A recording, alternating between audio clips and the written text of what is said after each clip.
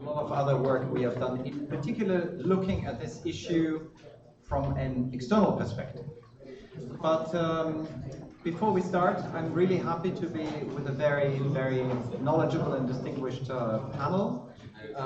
Florian Pennings from Microsoft. Maybe when you start your presentations, you say also a few words about yourself.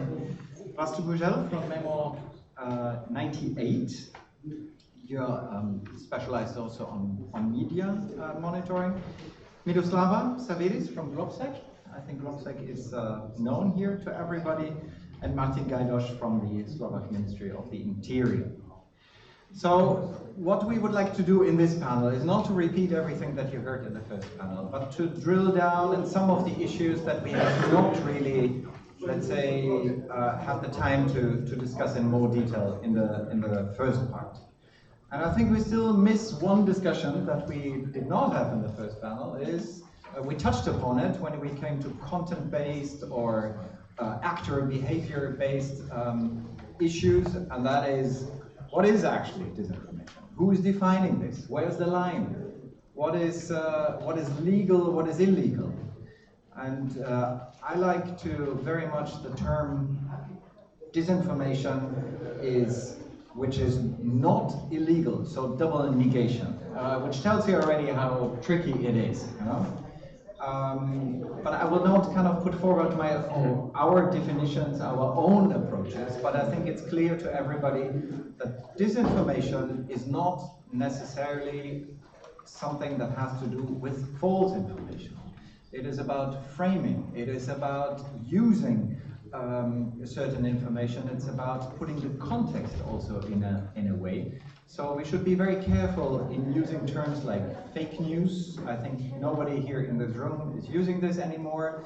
It's a political term that is used in different contexts. Maybe I just put forward 3 elements that we like to see in that, and then I would ask the panel to give their thoughts on that.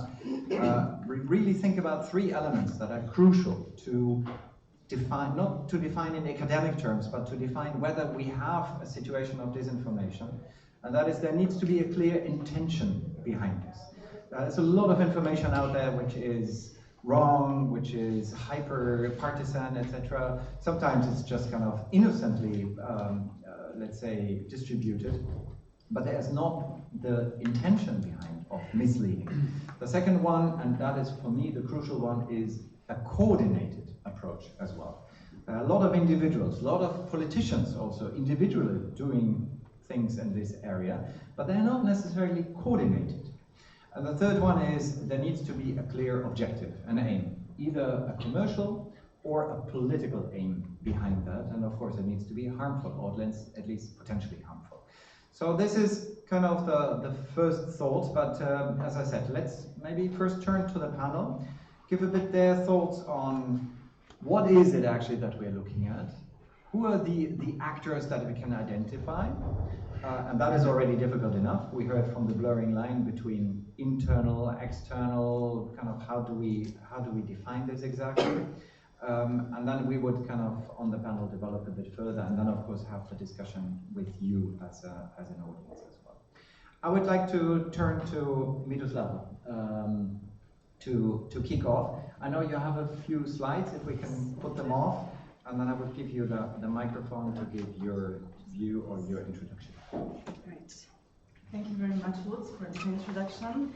And thank you everyone for having me. It's always good to be able to discuss the issue of information operations with an expert audience and just contribute to the discussion. So my name is Miroslava Saviris. I work as a research fellow within the Strategic Communication Program within the GlobSec Policy Institute. So let me just switch my hands because this doesn't feel natural. So yeah, I have a presentation on disinformation, but first I would like to basically start with a bit of context. Okay, how does this work? Do I just no? Maybe I just This one? Oh, yes. So just to give a bit of a broader context on the information environment that we live in currently. As has been said in the previous panel, the way we consume information and everything has changed very rapidly. So some data from Eurostat here shows that basically in 2007, 55% of households had access to internet. 10 years later, it's already 87%. Okay, so we see this massive intake and use of internet. That's the first thing that really changed the way we operate and communicate. And second one is the digital platforms. So as of 2018, Facebook allegedly had 2.3 billion active users. Now, we don't know how many of these are real ones. Some of them will be perhaps fake. But you know, they have also large user bases on WhatsApp, Messenger, and then you have a plethora of other digital platforms. Some of them are already sort of waning, some of them are already just growing. For example, Instagram as basically the digital platform for the young ones. So as has been also said in the previous panel, digital platforms became massive mediators and curators of all sorts of content. And then we speak about all these, you know, massive volumes of content that they basically have to process every day. And the question is, the way they process it, the way the algorithms that process it for us and personalize it for us actually impact on the way we understand and consume information. So what has happened within these last few years is basically that digital platforms have become the go-tools for social communication and political communication, and hence this affected a lot of things in the way we deal with information. So for example, we as users became large producers of data and content, but on the other hand, we don't have that long, you know, attention spans to be able to actually process all that information. So these has implications. And the implications are the fact that we can't really distinguish between what is important and what isn't important anymore. And the engagement figures on social media sort of became proxy for this kind of distinguishing between what's important and what isn't. Now, the trouble with that is basically that we see the content on our news feeds in a personalized way, because we have these recommendation and relevance algorithms which basically create sort of echo chambers and filter bubbles which lead to increased polarization. And then, of course, as has been already said, we have the content that is sensationalist, which travels the fastest. So in other words, sensationalist content gathers the highest amount of engagement figures, and it travels really fast. And this implicitly basically promotes more radical content online. And so then we have to deal with the shareability of news, of this kind of news, which basically the shareability is the proxy for distinguishing what's important, but also the shareability of our personal data, which then can be harvested for, you know, for micro-targeting and political campaigns. So this section I'd like to end just with this quote from Zunstein, who already in 2007 said that the internet will basically divide us into digital silos, where we will only hear the echoes of our own voices. So I find it quite interesting that he already, you know, perceived this in 2007.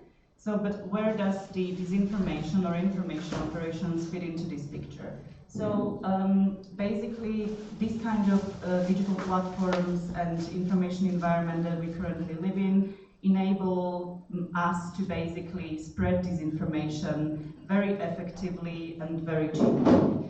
So, but first of all, I think often we speak about disinformation, but really what we mean is something broader, something like, you know, information operations, because disinformation is just one tactic, it's just one way of you know, achieving public manipulation or public polarization.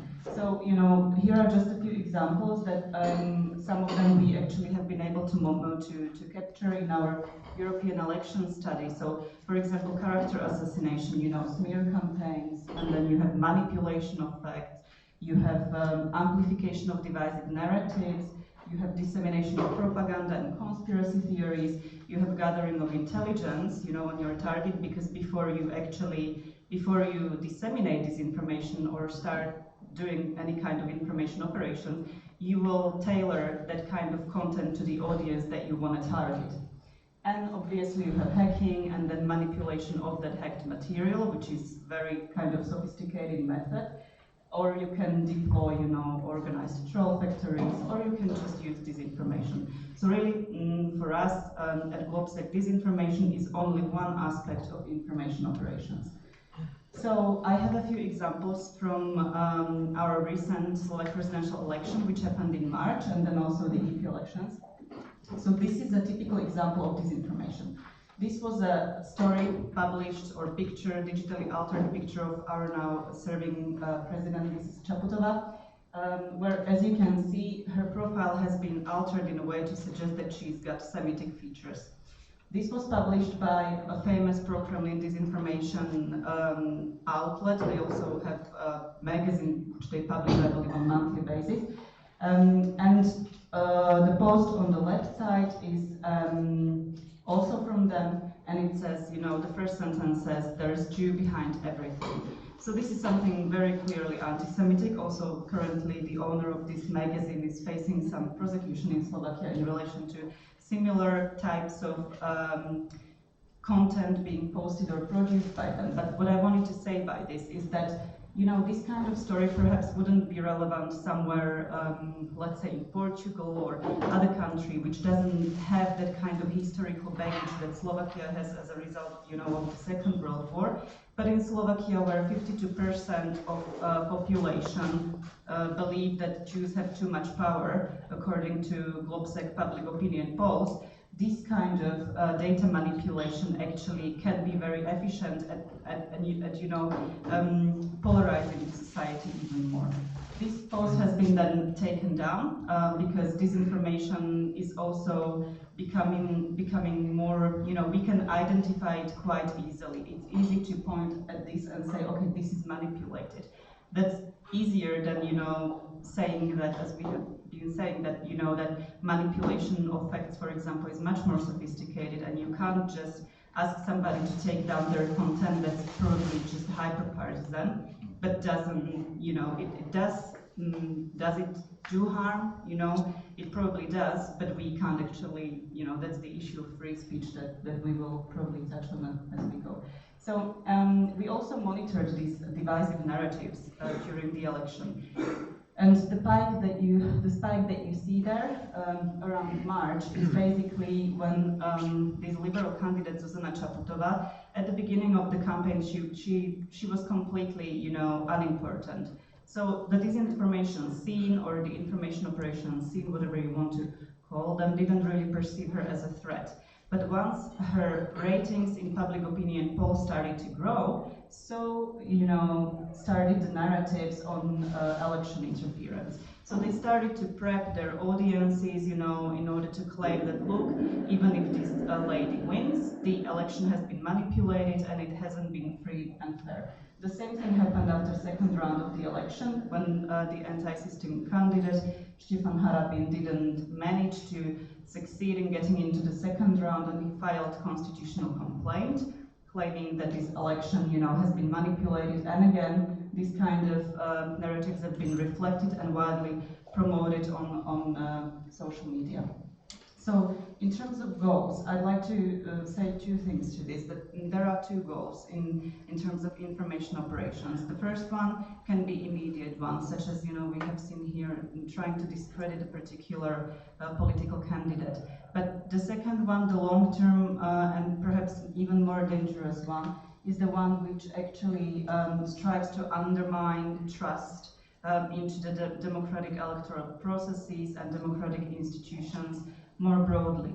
And this one is very corrosive because you can sort of, you just deploy these kind of narratives over time in different political campaigns, and it just sort of grows. So the tactics which they use for these information operations, even if they are as varied as they are, always, at least from my personal experience, what I have observed is it always works with fear. It always works with some kind of a prejudice, with some kind of a stereotype, which then is being used to drive that polarization. And then it exploits all sorts of prejudices that exist in that particular society.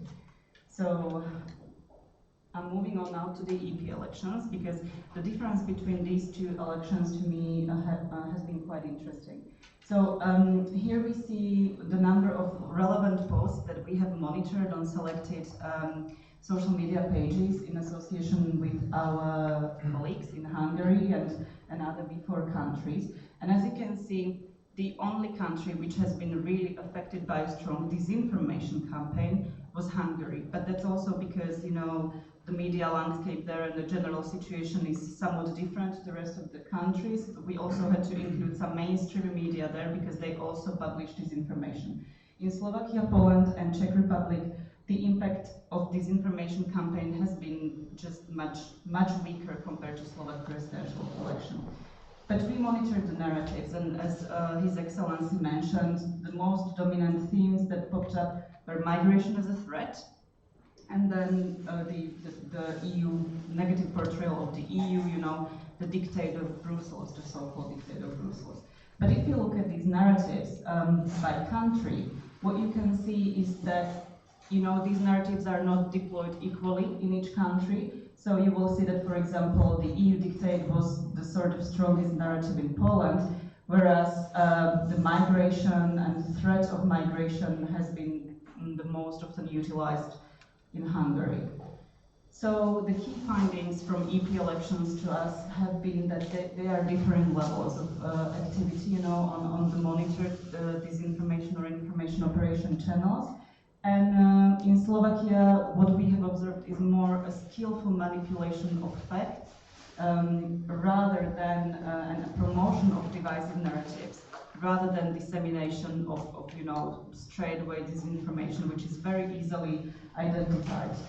So I've already mentioned the two new narratives that were the most promoted, but what I would like to briefly touch upon, and I'll end with this slide, even though I have more, but I don't want to take any more of your time, is the diversification of actors. Because it's true that a few years ago, we were mostly focusing on the pro-Kremlin, you know, foreign interference, but now we see a lot of homegrown actors. And it's very difficult to sort of find out what their motivation is, whether it's, you know, financial, or whether they are linked to any kind of actors abroad. The issue of attribution is not easy one, and I don't really think it's got a simple answer. So this is the last slide, which I would like to end with. It's just a sort of a map of different types of actors that you can have that use information operations. And as you can see, foreign state interference is just one of them. You can have foreign and non-state interference. For example, the Macedonian youth who in 2016 discovered that by promoting and writing sensationalist content, they can earn a lot of money on ads, you know, and there probably wasn't any other reason behind it. Then you have domestic homegrown. We have plenty of local influential individuals who became, you know, sort of stars of social media and who are very influential. You know, some of them have shares of, let's say, 10,000 shares on Slovak Facebook, which is by Slovak standards a lot. And then you have domestic governmental actors. That's when a country or a government uses these kind of tactics against their own population. And then you also have international, you know, networks or terror organizations. You know, ISIS uses propaganda, disinformation, information operations to target West and also to recruit new members. So that's probably everything from my side. Thank you, Miroslava. An excellent introduction into the big variety of actors, into something that we should really avoid, and that is to think in the 2016 standards that a lot of people are still discovering this issue, but it has evolved enormously. We will talk about this on this panel, in technological terms, in its, let's say, manifestation as well. And I think that was a good introduction. Now, if you take this slide here, the last one with the interconnection, you will see that if you want to look at this in policy terms, these are very different policy areas. We speak about media policy, we speak about hybrid threats, you know, that's of course something that we looked at very, very closely. We talk about elections, so how do we safeguard democracy, democratic processes?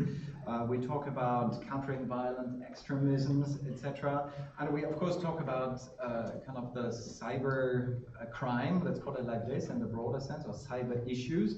You mentioned hack and dump kind of operations are as bad as kind of straightforward disinformation activities with false news. Florian, from a Microsoft perspective, from an industry perspective, you also have a few slides. Yeah. I think you will focus a bit more on the cyber side of things, but all this goes hand in hand, of course. Thank you, Lutz, and fantastic presentation before. Thanks a lot. Let me introduce myself first, because before the slide, there. It says Microsoft on the left top, but actually when I was asked to be in this panel, I was still working for ENISA, the European Cybersecurity Agency, where we proactively wrote 2 opinion papers on this topic. Now I heard that the term fake news is not the right term anymore. We did this in April 2018. So we moved on, and in 2019 we released another paper, and that was called, I think, Election Security Monitoring. But the main issue is that also from a cybersecurity perspective, we saw the need to respond to look at this threat, or look at this development, or however you want to call it, from a technical angle. And I would like to draw a little bit on that and then move towards Microsoft. So one of the main things I would like to explain, and what was for me very important to put in this opinion paper that we wrote in my time as I was working for ENISA, is to look at the instruments that you have. And this probably is also what you're referring to, the policy instrumentarium that we are in possession of within the EU framework. One of the things is the NIS directive. So we, I don't know if everybody is familiar, it's the Network and Information Security Directive, actually the first kind of cybersecurity law on the EU level to be developed.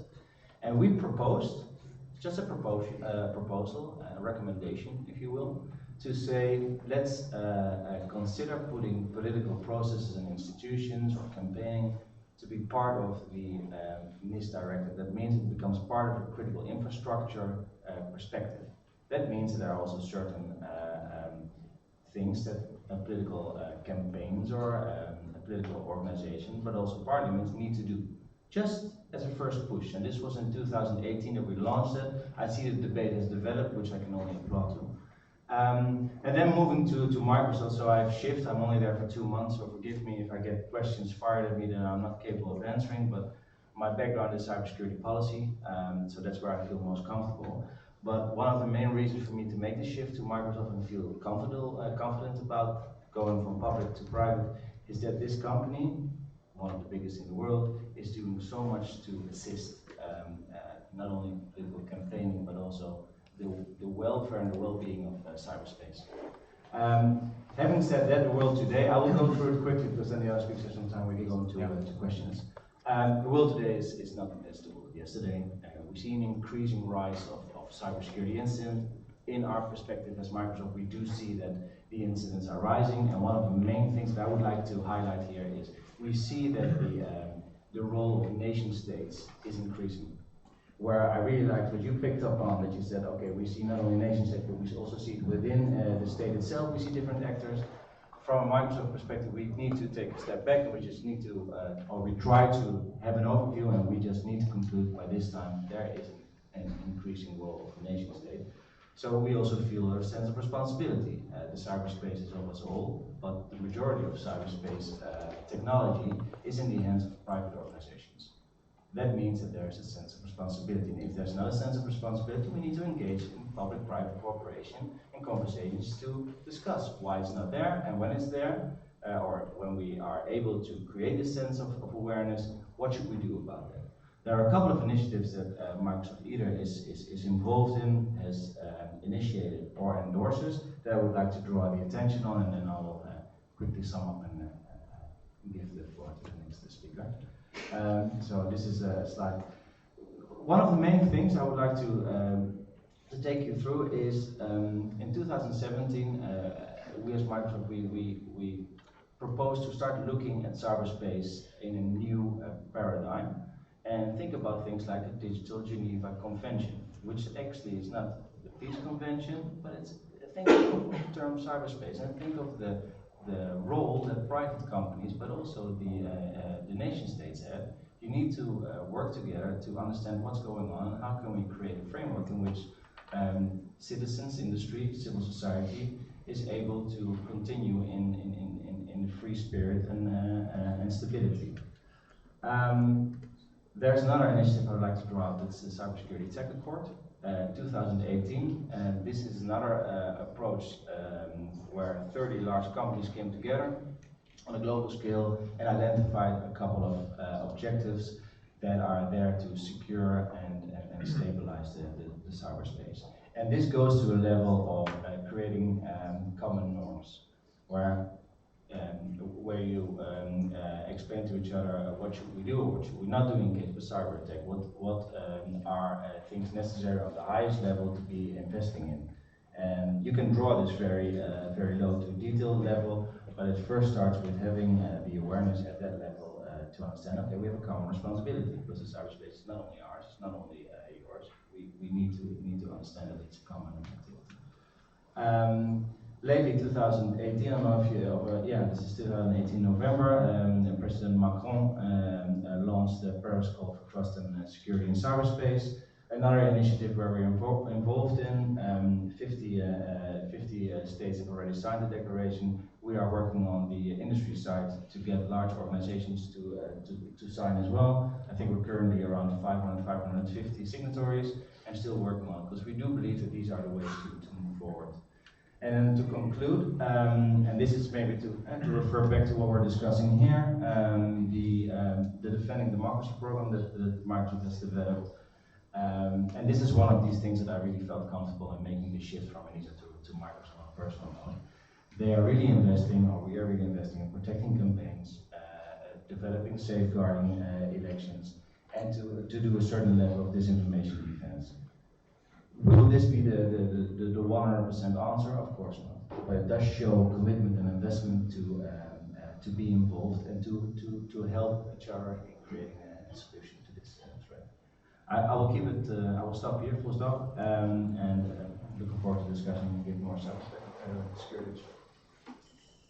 Thank you, Florian. I think key takeaway is, in any case, this needs to be a multi-stakeholder, whole-of-society approach. I think this we can conclude before the conference is over already, because we know that this is nothing that governments can do alone, that industry can do alone, that civil society can do alone.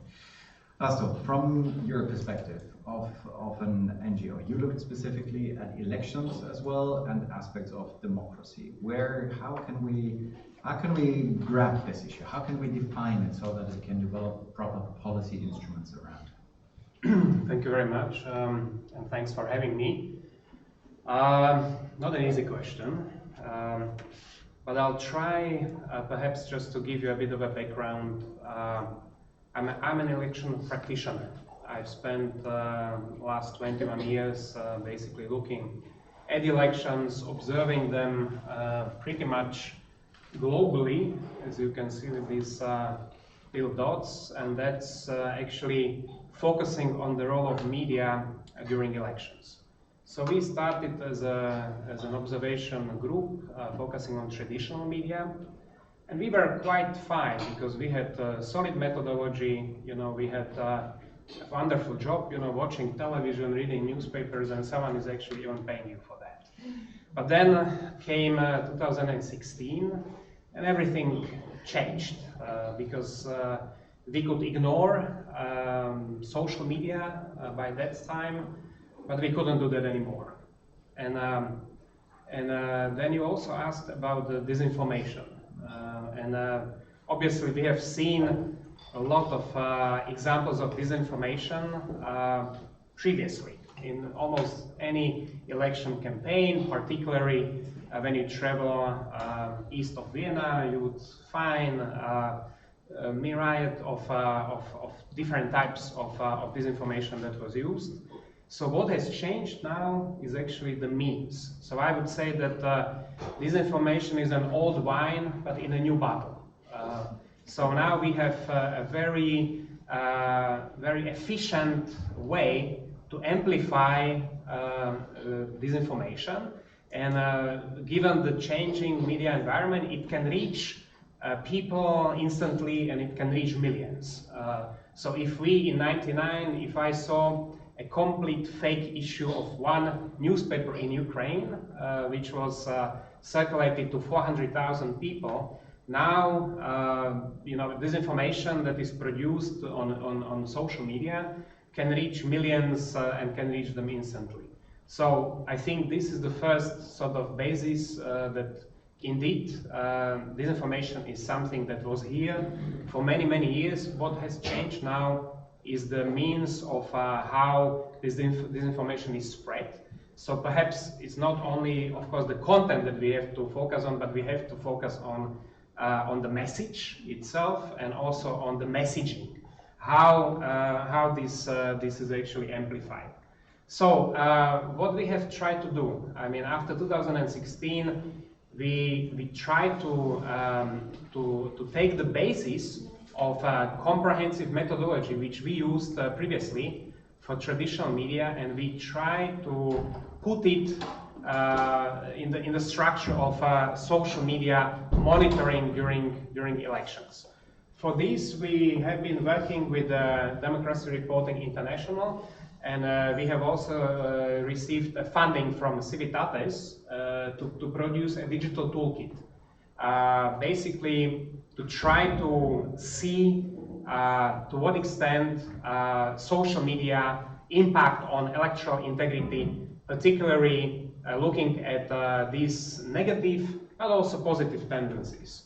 So very briefly, in our methodology, we look at the messenger. So these are the political actors, but these are also the traditional media and their social media pages, and also the category which was used before, influencers. So we have new category of digital influencers, people who have quite a big support online, and I think they are also relevant to look at. The second focus is on message. So these are the narratives which are spread, and for example, during the EP elections, we saw the change that has been already mentioned, that it's not so much external, but it's internal actors who are spreading divisive narratives, and the topic of migration was used as an example. The third category hasn't been really mentioned here yet, and this is the messaging. So these are the ways how the messages are amplified. You know, these are the bots. You know, the inorganic ways how the message is being spread.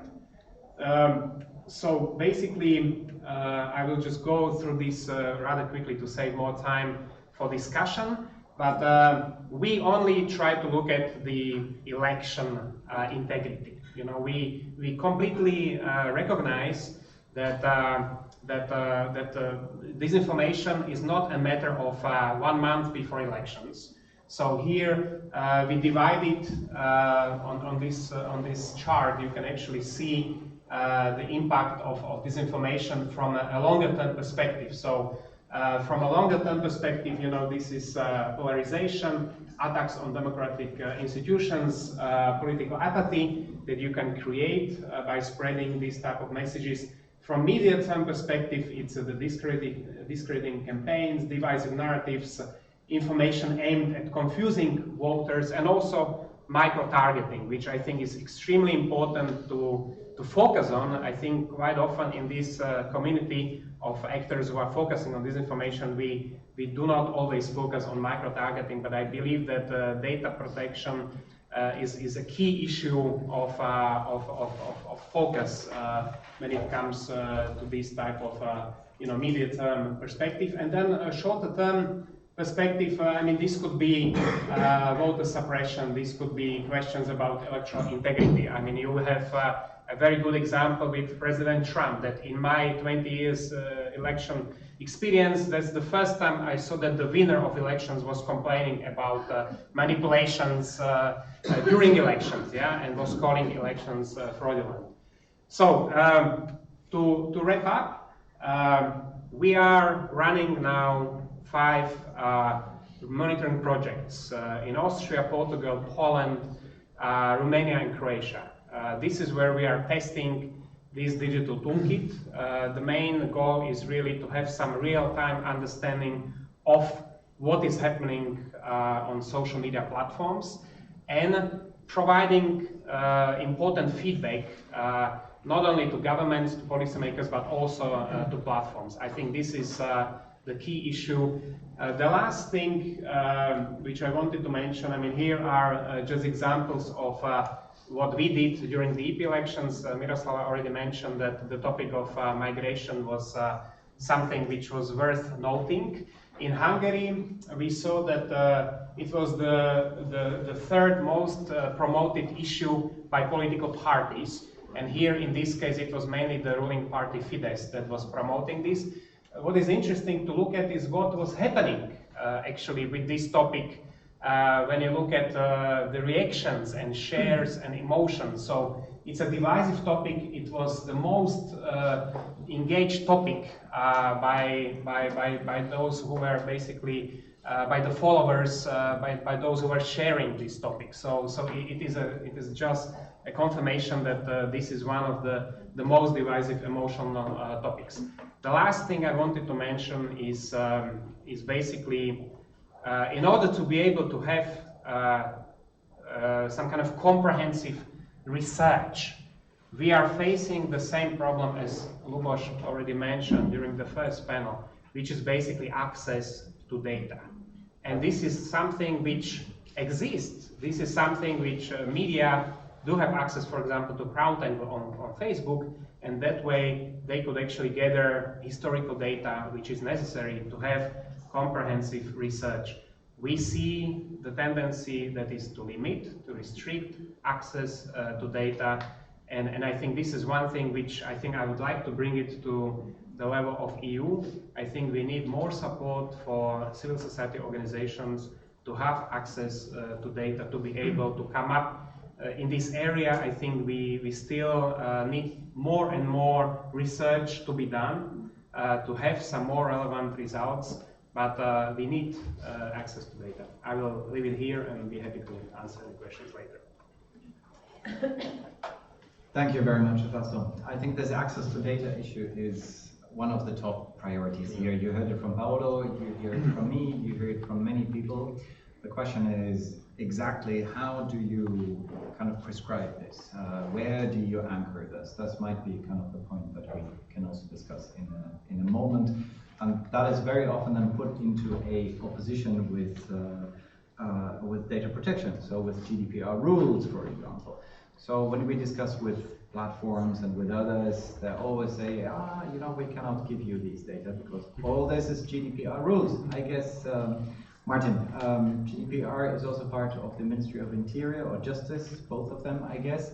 If you look at the elections in particular, I guess you made a quite detailed kind of analysis of what happened, but what are preliminary conclusions that you draw already for public policy from your perspective? Thank you. My name is Martin Gajdos. I work for the Department of Elections at the Ministry of Interior, and before that I worked for the State Commission for Elections, which was created in 2014. So it's kind of a new highest level of body, election management body. So for the last 5-6 years, I'm in the direct process of the elections. So briefly, I want to connect my input with Miroslava's presentation. I guess you could have seen that the election interference narrative is on the rise in this disinformation scene, let's say. So that's pretty much a new thing in Slovakia, because traditionally we have, for the last 30 years, we have a pretty high level of public trust in electoral process. So it's really like interesting to me to see that, because before we were used to candidates attacking each other with disinformation, sometimes with truths as well, but like election integrity was not an issue. So I would like to give you one example of like clear-cut case of disinformation attacking the integrity or trust in elections. It was during the presidential elections day. Around halftime of the elections, there was a post on Facebook by the known disinformation media group, and it was a post that said that 100,000 voters' licenses were falsified. Voter's license is a piece of paper that give you the right to vote anywhere in any polling station, not just in your permanent residence polling station. It's not just a regular piece of paper, it has watermarks and every safety precaution. You can't just print it out, it's not that easy. So for the regular person, it's impossible to falsify. Was this disinformation? This is a pretty easy case because it's easy to say it was. It has it had no basis, no real basis, no indication this is true. But this media has around 85,000 followers on Facebook, which is a lot in Slovakia. So this was brought up by the member of the State Commission for the party that is usually portrayed as kind of right-wing party. It's at least controversial, but it has a member in the State Commission because they have the members in national parliament, so they have a right to nominate the member. So he brought this up. So the first question is this and the disinformation? It is. Okay, so what should we do with it? What would you do? It's my question to you, or maybe to audience, what you think is the best approach to this. We discussed this, and I remind you, it was the middle of the election day, so you have to act quickly. So we discussed it, and what we did was nothing. Okay, it's not that simple, but pretty much. Okay, that was a kind of a joke. So it's very hard to just do nothing and see. Well, we did nothing in a way that we didn't present it to the public. Like chairman of the State Commission or our director of the department could have a press conference and address this, but they didn't, and we decided that this is the best approach to not create panic and maybe disseminate this more, because somehow it didn't create a lot of attention on the election. It was an issue after the election, and one of the candidates actually used this in his complaint to the Constitutional Court, which is still pending, so it was not yet decided, and I think it's it has no chance to be successful, but we will see. So, apart from doing nothing, we did, of course, some precautions. So we did some random checks in random polling stations to count the voters' licenses, and we accessed the information of how many vote licenses were issued by the municipalities, how many were used, and etc. So we found nothing of any interference, no problems, no irregularities. Every checked voter's license was the correct one. So there was no indication that these allegations are true. So it was completely false information. So clear-cut case of disinformation attacking the integrity of the election process. And after the elections, we actually, State Commission filed a criminal complaint to the prosecutor's office, and it was handed to police. And 2 or 3 weeks ago, we received the answer from the police department, which said that there was nothing wrong with this information. Well, we thought it was pretty much it could be seen as criminal offense of disrupting of elections, which is a criminal offense, or dissemination of false alarmist message, which was which I think was capable of creating like panic in the electoral in public. So they decided it was okay. So it was a very short decision, and in my opinion it was wrong, but what can we do with it? So the one thing I get from this is we need to be prepared for this situation. We have no guidelines for this anywhere. I think GlobSec is working on it right now, if I'm not sure, your colleagues. So we need this. And one other thing, there is no mention in electoral laws in Slovakia of the internet. Like in the electoral campaign law, there is one mention of internet, which is completely outdated and not useful at all. So right now maybe I will get back to this a bit later, but now in our ministry we created a working group. It's at the start it's a very small group, but we are planning to make it a little larger, and the main issue is to create a new legislation for the online campaign, and there is a little bit of disinformation and hoax and hybrid threats issue in that as well. But it's really hard to put this in legislation, especially from the point of election management bodies. Like, it's really hard to create a body who will oversee this, who will decide what is disinformation or what is not, and it's really hard to regulate online platforms, without the infringing on the freedom of speech and everything. So it's really hard. Okay, so let's. Thank you, Martin. Thank you very much for that insight. It's extremely interesting to see. If you discuss this in an academic kind of forum, as kind of the easy answers, the easy ways sometimes, we need to regulate the platforms, we need to do that, we need to do that. The moment you get deeper and deeper, this is extremely complex and also quite tricky in certain parts. But we'll come to that in the discussion. Let me just ask you a bit provocative question here on the panel, and then we're going to open the floor.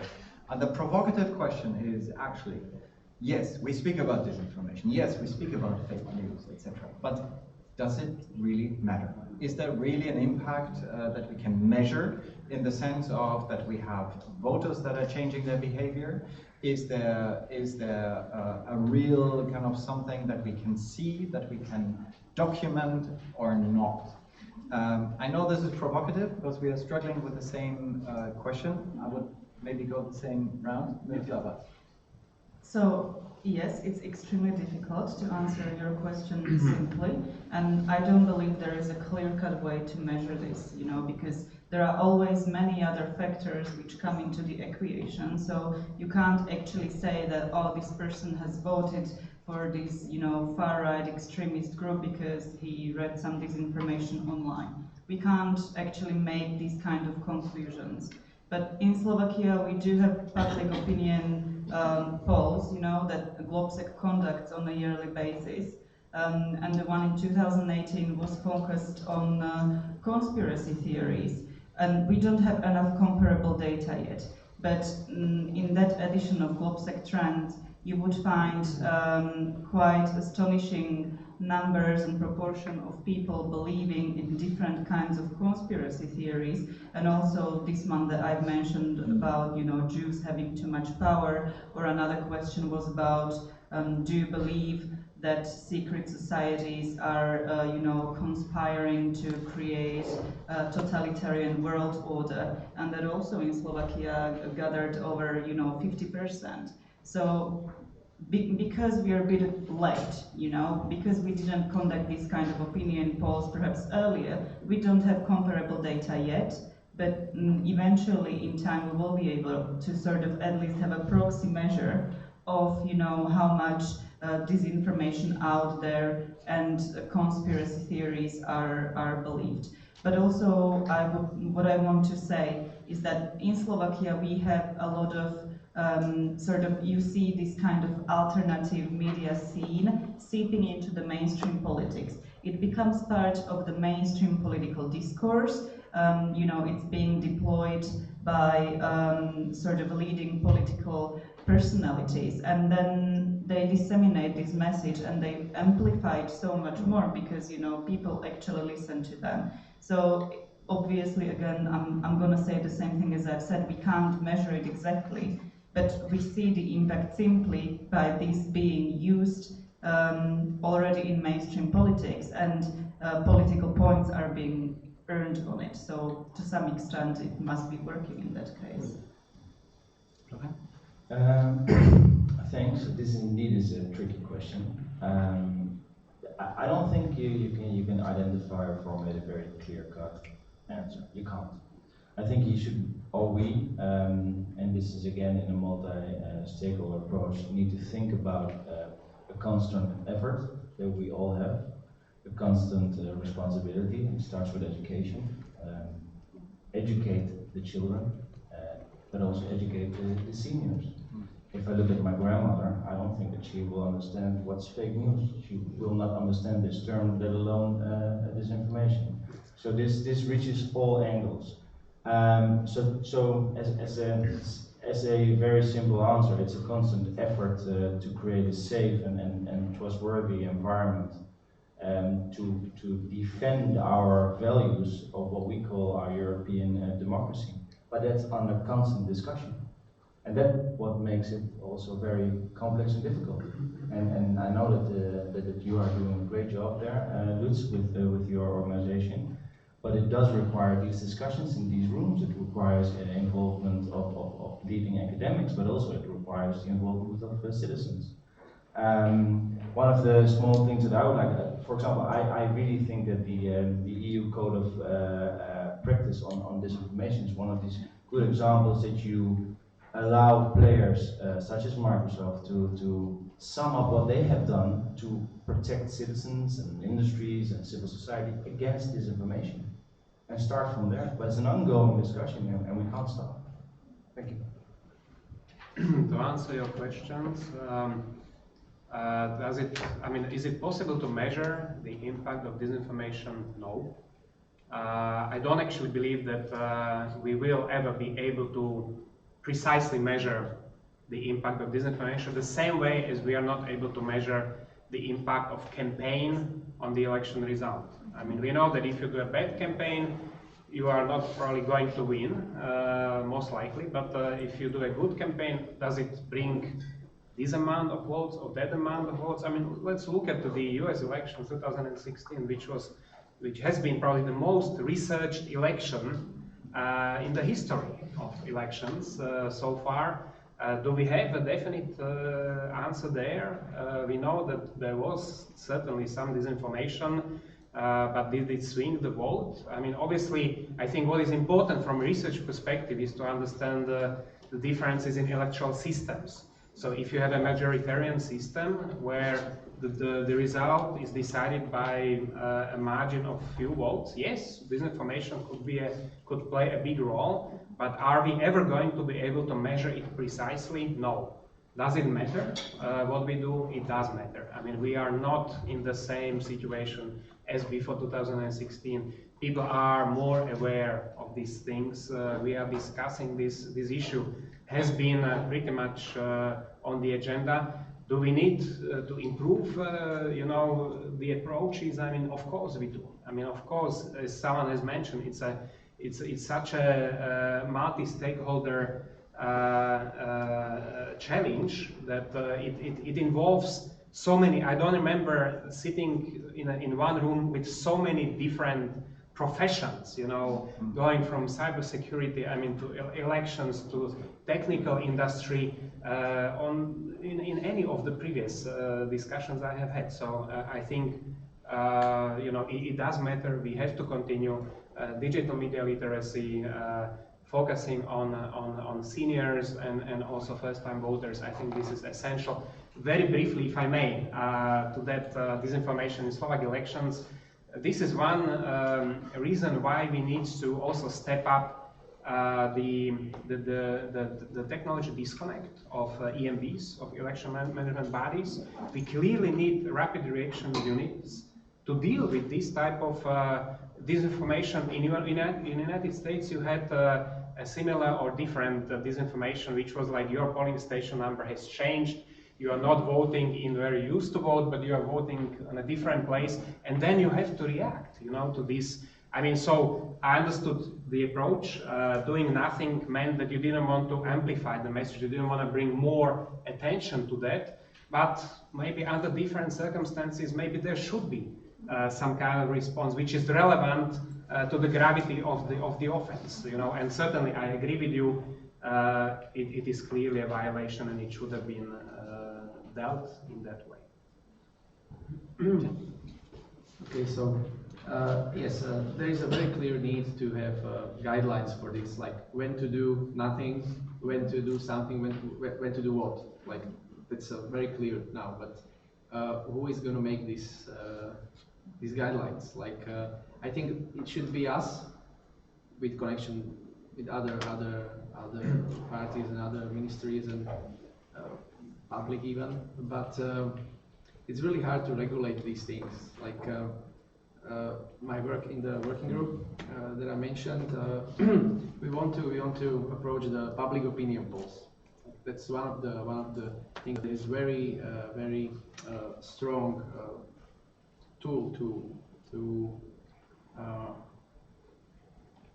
approach voters and to create some opinion in public. Like it has very strong appeal to voters, what they see, what percentages they see. So right now in the national parliament there is a novelization of the election campaigns law, and right now we have 14 days silent period for the public opinion polls.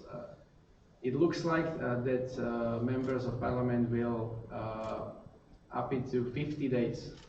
So for 50 days, almost 2 months, there will be no public opinion poll presented to the public. So that's like the easiest and I would not say smartest approach to regulate something. Like I'm going to just forbid it. So right now I personally working for because we don't have a definition of the public poll, like nowhere in our laws. So right now I'm working on some definition. I'm not an expert on this, so it's just like something I have to create myself, and I look to other legislations in Canada. They have pretty good legislation for public opinion polls. So we just want to create some standards for it as well, like how it should look like, what information should public get, not just the percentages, but what was the question asked of the respondents, what was the number of respondents answering the questions, every information we can get to people, and some bigger groups in Slovakia already do this. So Focus, you know them. So they on their page they have every information you want about their public opinion polls. So and back to other things we said. I think one way, and it was said in the previous panel. I think one way to regulate this is to put responsibility on the online platforms, not just on candidates and political parties, because they are part of the problem. They are main players in the disinformation scene, like political parties and political elites that should maybe have a positive input on people to not believe everything they see, but they just use the misinformation and disinformation for their own goals. So we need to put pressure on the online platforms, and I think we will in the next new regulation for online election campaign. Good. So extremely complex, we know this, but I think we spent a lot of time in analyzing the issue and looking how the issue is morphing and changing. But of course, the real challenge is now to translate this into real action. If I can make 1 second of promotion for our own kind of approach here, and our means in that case the European Union. I think with the action plan against disinformation, even if it has a horrible title, it is actually real avant-garde approach how to tackle this issue, because we're not coming from one issue only. We take 4, 5, 6 policy areas together and kind of piece it together in a better understanding of the issue. You know what a lot of you here in the room as researchers are also looking at, in understanding how quickly this is morphing also, because otherwise we cannot do any public policy about this. Also exposing what we know, showing, you know, we do a lot on one specific external actor, but we should do more about these things. Just objectively, this is going on. The second we didn't speak about is really kind of connecting also.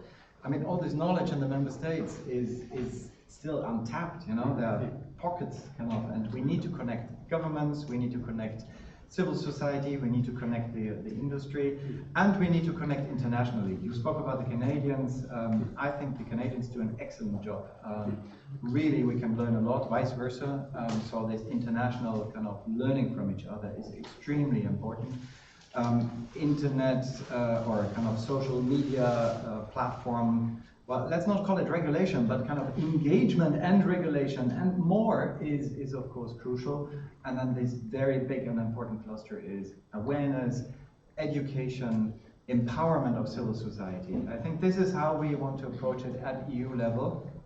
I get sometimes a bit of criticism, yeah, this all sounds good, but you don't do enough. But actually, we do a lot and more than other people. Sorry, this was the 1 minute kind of commercial block for the EU approach to this. We'll come to questions, please. Is there a mic? Otherwise, I will. Thank you, Martin. Okay. And please identify yourself so that people know. My name is Mikko Salo. Following the European elections since 2014.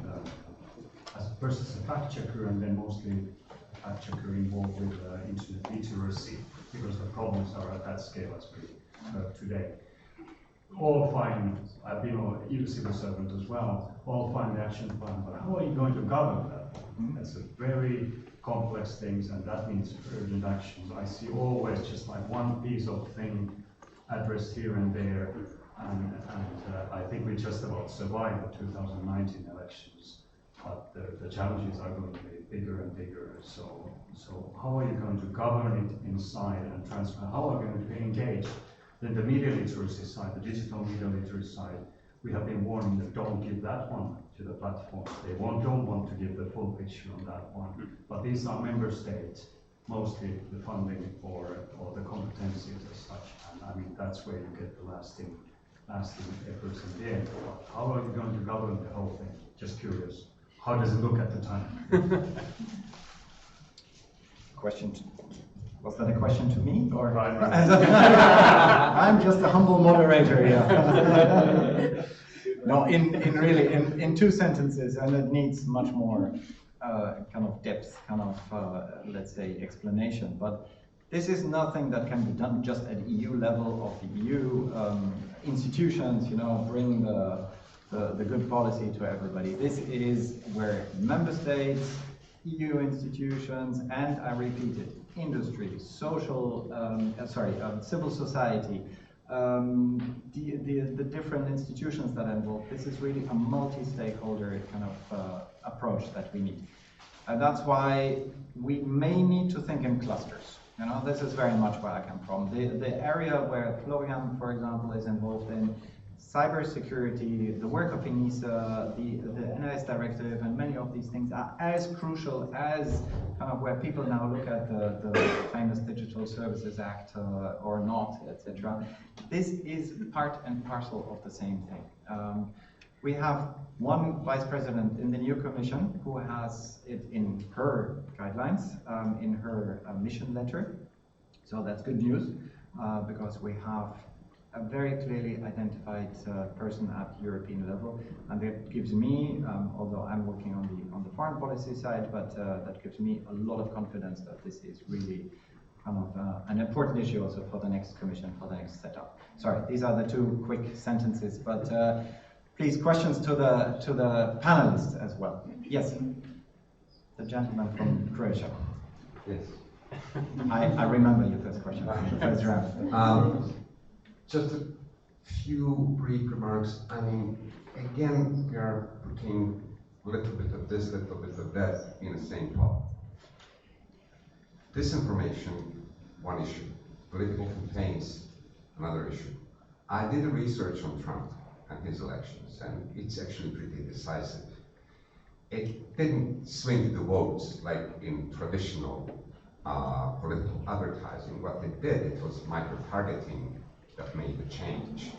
You know, he won the he lost the elections for 4 million votes. I mean, he was down 4 million votes in comparison to Hillary. Come on, let's not stop calling it winning elections.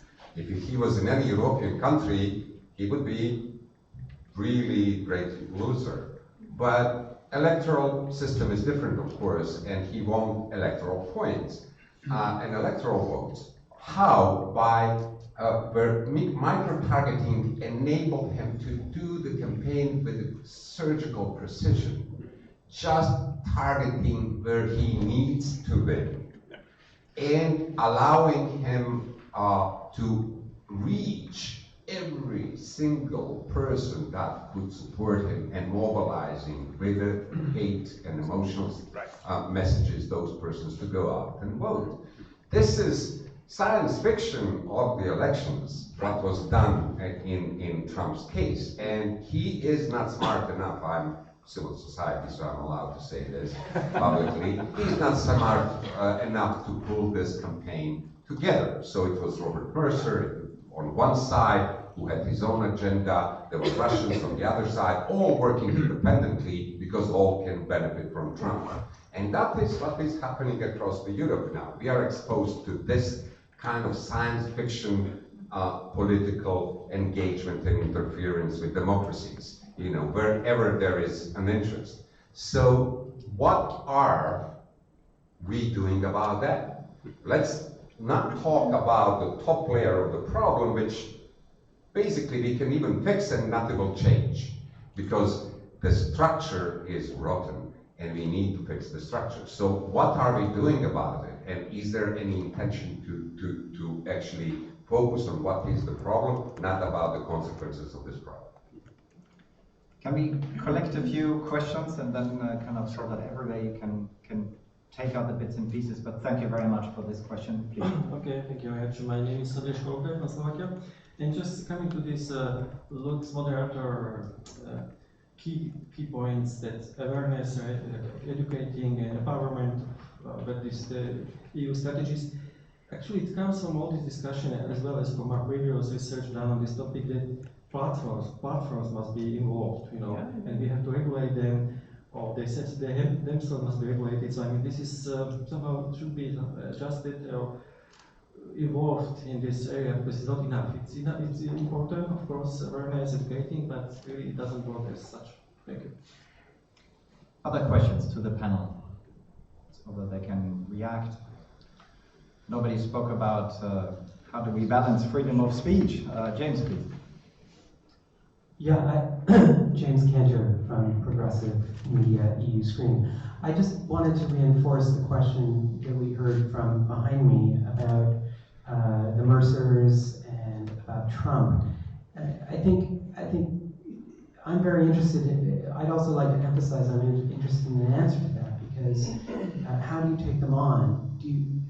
Do we go the distance that some progressive forces have gone in the United States and Britain and use disinformation to counter their disinformation? To what, I just want to be really clear on that. To what degree do we adopt their tactics in order to just get away from the rather stale situation that we're in, where we debate about whether it's right or wrong to repeat their lies when we counter them? It seems like we still need a solution. Time for action, so to say. Any other question? Otherwise, this is a very big question that I would lay back to all the panelists. Shall we do this now the other way around? Maybe Martin, you kick off, so that Miroslava has the last word. Is this on? No? No, you can take this one. Oh. To the first question, it's a very good question actually. Never before we, from the position of electoral management body, dealt with micro-targeting or boosting content and stuff like that, which is a dominant thing on social platforms now. So it is a part of discussion in the working group, what to do with this. Because in general, it's not a bad thing. It's a good thing that political party or candidate can reach the one voter or very small group of his voters. It brings voters closer to the parties and in reverse. So what I want to do, or what I imagined would be best, is to approach it like, where is the problem? For me, problem is that one candidate can target one group with one personalized message, and the other group with personalized message that said something completely opposite. Which I think is a problem, because that's like clearly lying to the voters. So I think we should just make it transparent. Like you can micro target who you want, but the message you are targeting with should be made public in some sort of register, or I don't know. It should be maybe it is a question who we want to be responsible for it. Social platform, online platform, or the candidate, or ministry, I don't know. Because right now we are working on the register. I think it's not secret. I'm not sure. I'm not sure if it's ever going to be like put in practice. But we would like to create some register for political ads in online platforms. So it will be provided by a ministry. So platforms will be responsible for the information. They will give it to ministry, and we will make it public for the voters. So that's just a project right now. So what I wanted to say, we should not forbid micro targeting. We should just make it more transparent. Okay. Thank you very much. Well, very good question. I believe that things that worked during the 2016, there were some changes. I mean, dark ads, for example, are not available anymore. Yeah. So, and these dark ads were used to amplify these messages. Then there was another attempt to pass the Honest Ads Act, with which you would have a much better understanding, who is, the transparency of ads, which was also discussed in the first panel. And I would say that yes, dark ads clearly that shouldn't have been allowed. First of all, the problem for me is actually more with the organic content than with the paid content, because we heard from Luboš, I mean, that they were not given the access to all the data either. So of course, unless we have full access and full transparency, we will never be able to decide. But I think what should be done is that the paid content should be clearly labeled, and that will, I think, probably solve that problem. Micro-targeting, huge question. I fully agree with you. I don't fully agree with you that for me it is a problem. It is a big problem, and I wanted to actually help Lutz to answer your question, because I don't want to be only critical about EU. I think there are some good efforts, and I think GDPR, like it or not, be critical of it or not, but I think it's a step in the right direction. And here, I think we should continue. We should do more with the data privacy. We should definitely have that transparency that you're talking about. We should know.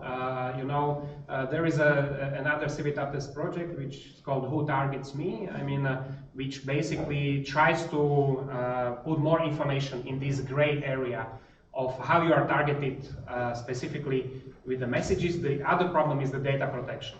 The fact that people do not know what sort of information actually platforms have about you. I mean, we saw examples. I mean, of course, don't have to talk about Cambridge Analytica here, but I think this is certainly one big area where we should really focus on. And as I said earlier, this information, people who are focusing on this has been still abandoned to some extent, and I think there should be much more focus, particularly on micro-targeting, data protection in this area. Thanks. If you look at this development of threat from cybersecurity angle, right? Cybersecurity analysts are normally, and cybersecurity defenders, how they're called, work in CSERTs and work in CERTs. And within state, you've got each state within the European Union has its own CSERT or CERT, how you will call it. I think one of the things we should explore, and I know that the European External Action Service is already busy there, is to explore how can you educate those first responders to identify what's happening, because it might be that it's notified, and we've got all these beautiful systems in place, and that's one of the main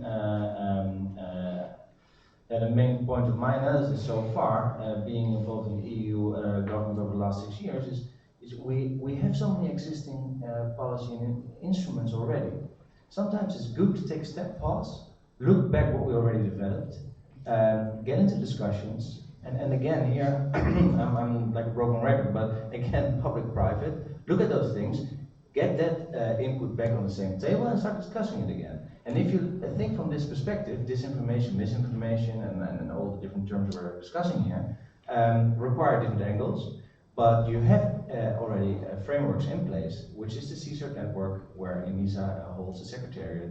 Nation states come together, or the member states come together, and they discuss these things, educate that to increase the defense capabilities of these processes. Consider what I said in my opening remarks. Consider if you want to make the political processes and systems, institutions, as you will, part of the NIST directive. Start thinking in those terms, because that's already regulation that's there. And I'm fairly confident if you start to think like that, and then come back to your question, what should we really do? Then the flaws of the system will pop up, and then you can address them in an open discussion. Because this is such sensitive democratic issues that really require time, and we cannot find the solutions within the time that we would like. You need time for this, and constant effort. And then the last thing, just to help you out here as well, Lutz, in what you've done, everybody is very welcome. Now, to look at one of the proposals at the moment being discussed in Council is the proposal on the cybersecurity competence center model. That's one of these things where the European Union has reserved, I think, €2 billion to invest in all kinds of different things. Why not? Because I know there's a lot of academia in the room. Identify this as one of these existing mechanisms that will come into play, I think, 2020, to see, hey, is there some money or budget available to start grabbing one of these topics, as disinformation or election monitoring, and say, hey, how can we put that in a cybersecurity environment, because that's where the money needs to be allocated, and move on from there. Just as an idea, and that, again, drawing back, there's already so much in place. So, thank you.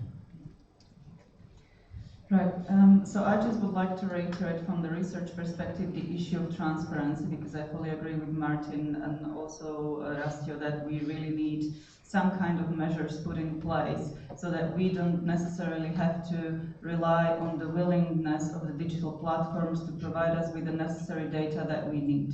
Because, I mean, a while ago I was at Rastio's workshop and there were a number of NGOs, you know, from I don't know, you name all the countries that were there, and each one of them struggles with doing actually, you know, the monitoring work, because they struggle to get the API access from Facebook, you know. Sometimes they have to jump through like so many hoops and so many months, and literally by the time you actually get some data, the elections and everything that you were supposed to monitor are gone. And then another issue is also that once you have that access, you can lose it pretty quickly as well. So I don't necessarily think that this should be up to digital platforms to have the goodwill to provide us with this data. And when it comes to also monitoring the micro-targeting and other political advertising strategies, I think the voluntary code of practice is a step in the right direction. I mean, certainly we're better off with Facebook ad library than we were before, because at least I can see some kind of data there. But as a researcher, I can't actually work with a large data set. I have to do all the work manually. I can't compare whether this particular ad, even though it's on the ad library, whether it's actually being put on with a disclaimer. The rules around it are really not that clear. Sometimes you have political ads which cost under 100 euros, which have this little triangle warning next to it that they have been, displayed without disclaimer. All sorts of, little things that really don't add up.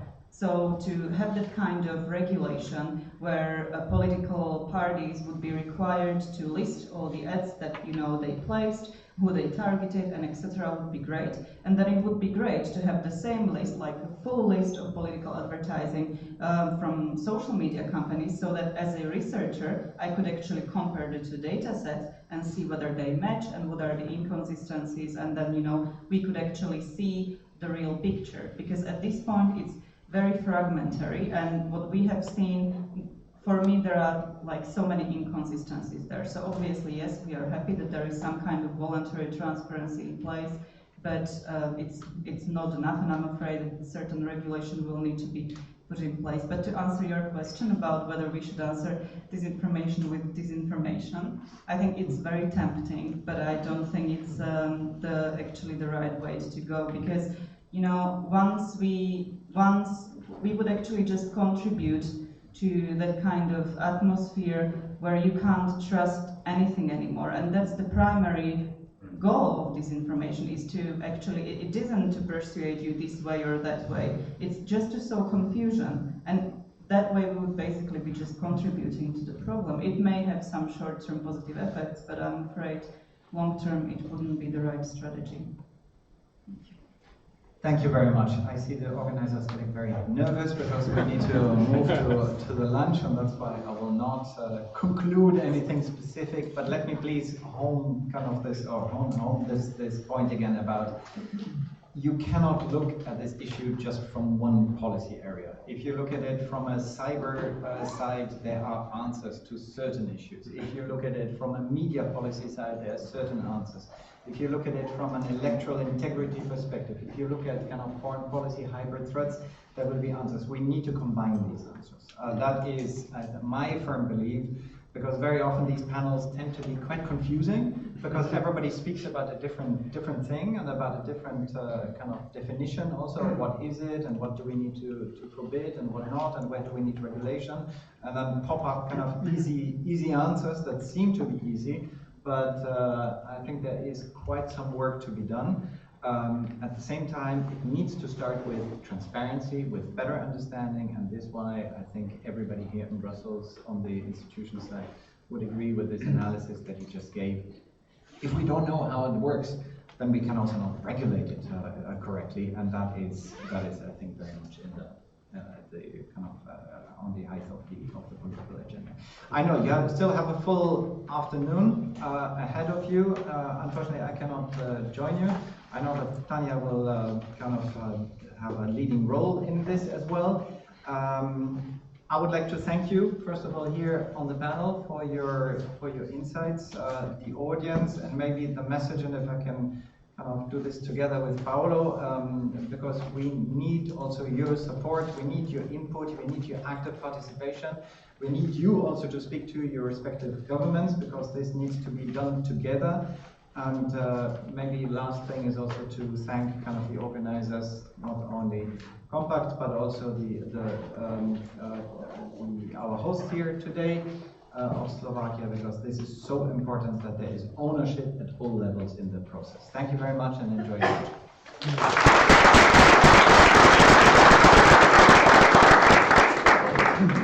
very much. It's a pleasure.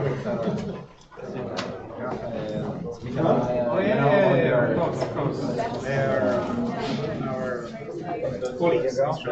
Pleasure. Thank you.